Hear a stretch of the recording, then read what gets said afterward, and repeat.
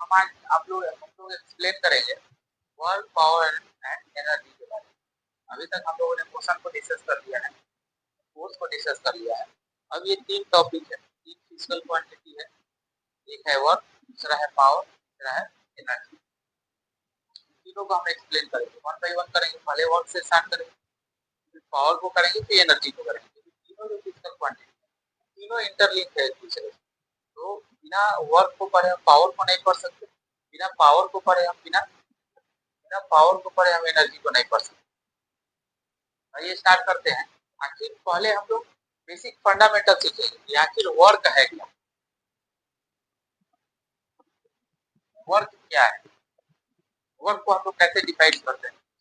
आखिर तो सिंपली हम लोग जानते हैं कि वर्क, काम करना वर्क होता है, लेकिन फिजिक्स में इसको कैसे डिफाइन करते हैं उसको समझने की जरूरत है। देखिए वर्क क्या है, सपोज कीजिए ये एम मास का बॉडी, ठीक है, इस पे एफ मैग्नीट्यूड का फोर्स लग रहा है। यहाँ देखिए दो केस होगा, अगर ये सफिशिएंट अमाउंट का फोर्स होगा तो इस बॉडी को यहाँ से डिस्प्लेस कर देगा। मान लीजिए यहाँ लेके चला है, ठीक है, इस डिस्प्लेसमेंट। या दूसरा केस ये होगा कि अगर सफिशिएंट अमाउंट का ये फोर्स नहीं होगा, ये बॉडी क्या होगा, मूव नहीं करेगी, बॉडी यहाँ का ही यहाँ रहेगी। किस केस में वर्क डन होगा, किस केस में वर्क डन होगा, अगर सफिशिएंट अमाउंट ऑफ फोर्स है और बॉडी का डिस्प्लेसमेंट हुआ है, उसी केस में वर्क डन होगा। अगर सफिशिएंट अमाउंट ऑफ फोर्स नहीं है और बॉडी का डिस्प्लेसमेंट नहीं हुआ है, उस केस में वर्क डन नहीं होगा। अकॉर्डिंग टू फिजिक्स हम वर्क डन किसको कंसीडर करेंगे, जब तक बॉडी का मूवमेंट नहीं हो तब तक हम वर्क डन को कंसीडर नहीं करेंगे। तो देखिए यहाँ से एफ फोर्स यहाँ लगा रहे हैं, बॉडी का डिस्प्लेसमेंट एस हो गया, बॉडी यहाँ से यहाँ आ गई, तो हम कह सकते हैं कि इस एफ जो अप्लाइड फोर्स है इसके द्वारा इस बॉडी पे कुछ ना कुछ काम किया गया है।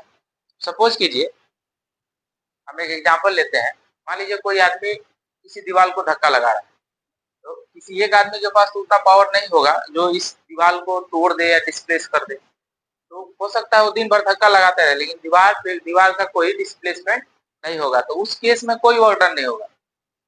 इसलिए जहां भी फोर्स लग रहा है वहां उस बॉडी का डिस्प्लेसमेंट होना जरूरी है, तभी हम कह सकते हैं कि फोर्स द्वारा इस पे कुछ ना कुछ वर्क डन किया गया है। अब हम लोग ये सीखेंगे कि आखिर कितना अमाउंट ऑफ वर्क डन किया गया, ये इसको कैसे फाइंड आउट करेंगे। Work done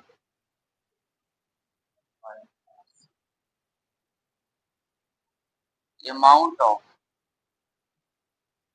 work done by the force, कितना अमाउंट, हम तो ये जान गए कि बॉडी का डिस्प्लेसमेंट हुआ है तो कुछ ना कुछ वर्क डन हुआ है, लेकिन कितना हुआ है इसको कैसे फाइंड आउट करेंगे। तो इसको फाइंड आउट करने के लिए हम लोग लेते हैं इस फोर्स, जो फोर्स इस पे अप्लाई हो रहा है और जो डिस्प्लेसमेंट हुआ बॉडी का, उस दोनों का डॉट प्रोडक्ट,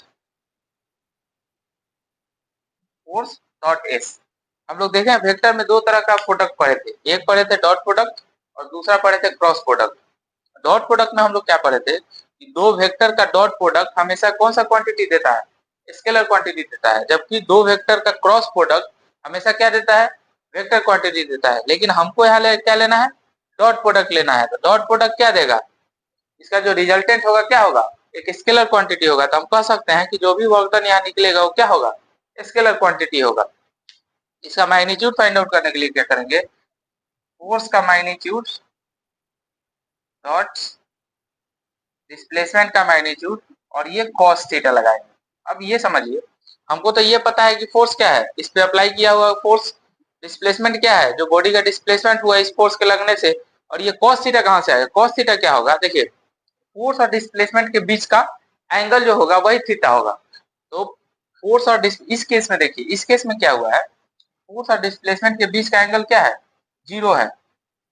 लेकिन बहुत ऐसे केस होंगे जिसमें कुछ ना कुछ एंगल बनेगा। सपोज यहीं देखिए, इस फोर्स को हम यहाँ लगा देते हैं, ऐसे डिस्प्लेसमेंट हुआ यहाँ, ये दोनों के बीच कितना एंगल बन गया, थीटा। और ये थीटा कहाँ ले लेंगे, यहाँ पे, यानी कि ये फोर्स और एस जो डिस्प्लेसमेंट हुआ उस बीच का एंगल क्या है, थीटा। इसी को cos थीटा के साथ हम लोग लिखते हैं। तो ये आपका टोटल वर्क डन का फॉर्मूला आ गया। अगर आपको कहीं वर्क डन फाइंड आउट करना हुआ तो हम इस फॉर्मूले से फाइंड आउट कर सकते हैं। अब हम लोग देखते हैं कि इसका एसआई यूनिट क्या होता है। SI unit of work equal two joule. हमेशा ध्यान रखिएगा जो यूनिट होता है वर्क डन का वो क्या होता है, जूल होता है।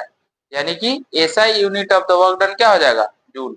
तीन चीज हम लोग समझ गए कि वर्क डन किस केस में होगा और वर्क डन का फॉर्मूला क्या है, वर्क डन हम लोग कैसे फाइंड आउट करेंगे और वर्क डन का एसआई यूनिट क्या है। ये तीन चीज एनफ है। तीन चीज अगर आप लोग समझ गए तो आप इसका बेसिक कॉन्सेप्ट समझ गए। यही इसका फंडामेंटल कॉन्सेप्ट है। वर्क डन, अगर यहाँ जो अमाउंट ऑफ फोर्स आया ये ध्यान दीजिए, हम ये स्टेटमेंट जारी कर सकते हैं कि इस फोर्स ने, फोर्स एफ ने इस बॉडी पे इतना अमाउंट ऑफ वर्क किया है। ठीक है, इस फोर्स के द्वारा किया गया है। हमेशा ध्यान रखिए वर्क डन के लिए दो चीज जरूरी है, फोर्स और डिस्प्लेसमेंट। ठीक है, यहाँ दोनों फोर्स और डिस्प्लेसमेंट, और थीटा जो हो गया फोर्स और डिस्प्लेसमेंट के बीच का एंगल। हमने लिया है, यहाँ देखिए एक बॉडी लिया है जिसपे एक फोर्स 10 न्यूटन का लग रहा है और बॉडी का डिस्प्लेसमेंट 10 मीटर का हुआ है। ठीक है, यहाँ हमको वर्क डन फाइंड आउट करना है। और यहाँ देखिए, यहाँ फोर्स हमको प्रोजेक्शन फॉर्म में दिया हुआ है, डिस्प्लेसमेंट भी प्रोजेक्शन फॉर्म में यानी कंपोनेंट फॉर्म में दिया हुआ है। इसका भी हम लोग वर्क डन निकालेंगे। तो पहले एक एक करके निकालते हैं। पहले इसको फाइंड आउट करते हैं। तो हमको पता है कि वर्क डन का फॉर्मूला हम लोग क्या पढ़े हैं, एफ डॉट एस, यानी कि दो प्रोडक्ट का जो फोर्स और डिस्प्लेसमेंट का डॉट प्रोडक्ट हमको क्या देता है, टोटल वर्क डन, यानी कि एफ एस कॉस थीटा। यहाँ तो सिंपल हमको वैल्यू पता है, फोर्स का मैग्नीट्यूड पता है कितना है 10 न्यूटन, डिस्प्लेसमेंट का मैग्नीट्यूड कितना पता है 10 न्यूटन, सॉरी 10 मीटर। अब देखिए 10 इंटू 10, अब क्या है कॉस थीटा। तो कॉस थीटा हम बताए थे कि थीटा क्या है, थीटा फोर्स और डिस्प्लेसमेंट के बीच का एंगल है। तो फोर्स और डिस्प्लेसमेंट के बीच का एंगल कितना बन रहा है 30 डिग्री। अब यहां से निकालिए 10 इंटू 10 100 1/2, cos 30 का वैल्यू क्या होता है 1/2। 2 से इसको कैंसिल आउट कीजिए तो 50 आएगा, यानी कि टोटल वर्क डन कितना आ गया 50 जूल। यानी कि 10 न्यूटन के फोर्स को इस पे वर्क कितना वर्क किया गया है 10 मीटर तक ले जाने के लिए 50 जूल का। यहां तक आप लोग समझ गए। अब चलिए यहां समझते हैं ये प्रोजेक्शन फॉर्म का। तो फोर्स जो है कंपोनेंट फॉर्म या प्रोजेक्शन फॉर्म कुछ भी बोल लीजिए, दिया हुआ है, डिस्प्लेसमेंट भी उसी फॉर्म में दिया हुआ है। अब इसका डॉट प्रोडक्ट कैसे निकालते हैं, तो हम डॉट प्रोडक्ट दो वेक्टर का कैसे निकालते हैं हम लोग वेक्टर में पढ़े थे। ठीक है, अगर आपको रिमाइंड नहीं है तो एक बार जाके वीडियो एक डला हुआ है कि कैसे दो वेक्टर का डॉट प्रोडक्ट निकालते हैं, आप एक बार चेक कर सकते हैं। अब देखिए यहाँ हम बता देते हैं कि आखिर थोड़ा सा बेसिक कॉन्सेप्ट हम बता देंगे कि कैसे इसका प्रोडक्ट निकालते हैं। तो देखिए पहले तो डॉट प्रोडक्ट क्या होता है, वर्क डन क्या होगा फोर्स डॉट डिस्प्लेसमेंट। ठीक है, और फोर्स को एज इट इज लिखिए, तो फोर्स है 2i कैप 3j कैप और 1k कैप। ठीक है, एज इट इज लिख दिए, इसको डॉट लगाए, फिर डिस्प्लेसमेंट लिखे 3i कैप 2j कैप और 1k कैप। ठीक है, अब इसका डॉट प्रोडक्ट निकालना है। तो सिंपल जो मल्टीप्लिकेशन हम लोग सीखते हैं, इसको उठाएंगे तीनों से मल्टीप्लाई करेंगे, फिर एक टर्म को उठाएंगे तीनों से मल्टीप्लाई करेंगे, फिर तीसरे टर्म को उठाएंगे और तीनों से मल्टीप्लाई करेंगे। ऐसे तो सिंपल हम लोग मल्टीप्लिकेशन करते हैं, लेकिन इस यूनिट का भी ध्यान रखना है। यूनिट वेक्टर जो यहाँ दिया हुआ है उसका भी ध्यान रखना है हमको। तो यूनिट वेक्टर का कैसे ध्यान, यूनिट वेक्टर को कैसे मल्टीप्लाई डॉट प्रोडक्ट निकालेंगे, तो उसका एक सिंपल हम बता देते हैं, ऐसे जाके चेक कर लीजिएगा। हमेशा देखिए आई डॉट आई, जो सिमिलर दो यूनिट वेक्टर अगर होगा तो हमेशा उसका वैल्यू क्या होगा 1 होगा, और दो डिसिमिलर यूनिट वेक्टर होगा यानी कि आई डॉट जे हो गया या जे डॉट के हो गया लिख सकते हैं, या के डॉट आई हो गया, इस तरह का डिसिमिलर हो गया तो हमेशा उसका वैल्यू क्या होगा 0 होगा। ठीक है, तो आइए हम एक एक करके इसको मल्टीप्लाई करके देखते हैं। देखिए इस टर्म को उठाइए और तीनों से मल्टीप्लाई कीजिए, तो इस टर्म को उठाए तो 2 इंटू 3 क्या हो जाएगा 6, सिंपल मल्टीप्लिकेशन है।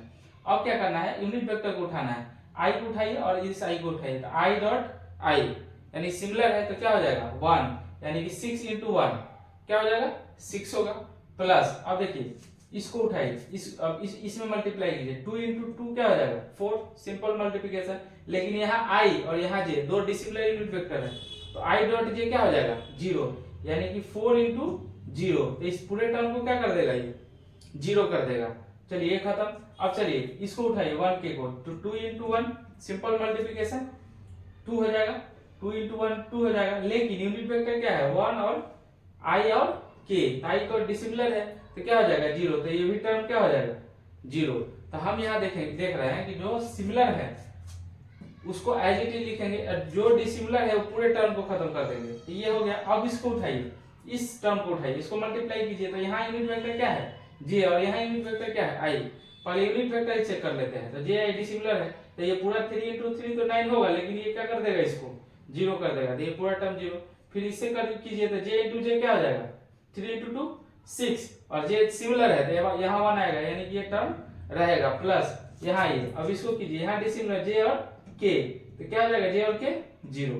ठीक है, इसको उठाइए तो के यूनिट वेक्टर आई दोनों डिसिमिलर 0, फिर यहाँ ये दोनों डिसिमिलर के जे ये भी 0, और देखिए के और के सिमिलर तो 1 × 1 क्या हो जाएगा 1 और के × के डॉट के 1 हो जाएगा। तो ये 3 हमको टर्म मिला, तीनों को ऐड कर दीजिए तो 6 + 6 12 और +1 13, यानी कि कितना हो गया 13 जूल। टोटल वर्क कितना आ गया 13 जूल। ठीक है, आपको अगर वेक्टर का कॉन्सेप्ट पता है तो इसमें ज्यादा दिक्कत आपको नहीं होने वाली है। ठीक है, दोनों एग्जांपल हम एक्सप्लेन कर दिए, एक सिंपल एग्जांपल लिए और एक प्रोजेक्शन फॉर्मूला एग्जांपल लिए। इसी तरह के क्वेश्चन आपको एग्जाम में भी आएंगे।